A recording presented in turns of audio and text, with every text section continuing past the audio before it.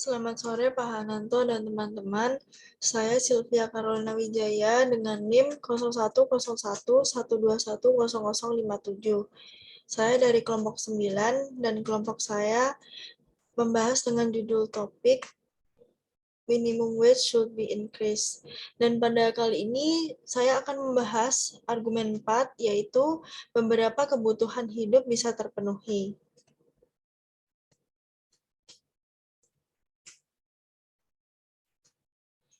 Menurut Trisnanti, pada tahun 2021, di berbagai kota, buruh telah bergerak melakukan survei KHL dan mengeluarkan tuntutan nominal sesuai komponen kebutuhan hidup layak yang berubah seiring dengan situasi pandemi. Pada masa COVID ini, pasti semua orang terkena korban dalam mencari uang dan merasa kesulitan dalam mencukupi kebutuhan hidup, apalagi banyak pekerjaan yang terhenti akibat pandemi yang menyerang seluruh dunia ini. Pastinya dengan dinaikkan upah minimum untuk warga negara Indonesia, kita semua sangat terbantu karena dalam kehidupan ini pasti setiap orang memiliki kebutuhan masing-masing yang diperlukan dan harus terpenuhi. Apalagi seiring bertambahnya waktu, sekarang pasti kebutuhan makin bertambah mahal dan pastinya banyak yang lebih dibutuhkan juga untuk memenuhi kebutuhan sehari-hari. Jika kebutuhan terus bertambah dan harga kebutuhan naik, tetapi upah tidak dinaikkan, hal tersebut sangat sulit diterima dan membuat banyak orang jatuh dalam kemiskinan. Terutama mereka juga tidak bisa memenuhi kebutuhan pokok mereka.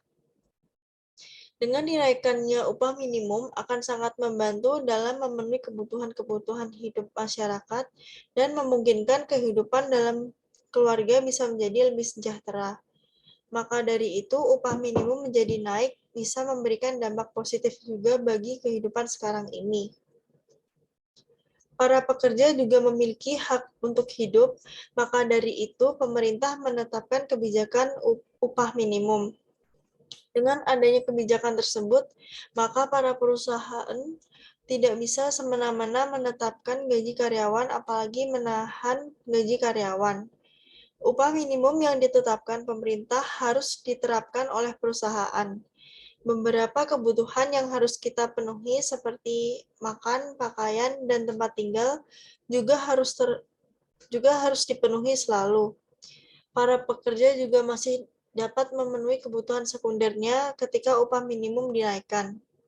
Upah minimum di setiap wilayah juga berbeda yang ditentukan oleh pemerintah setempatnya.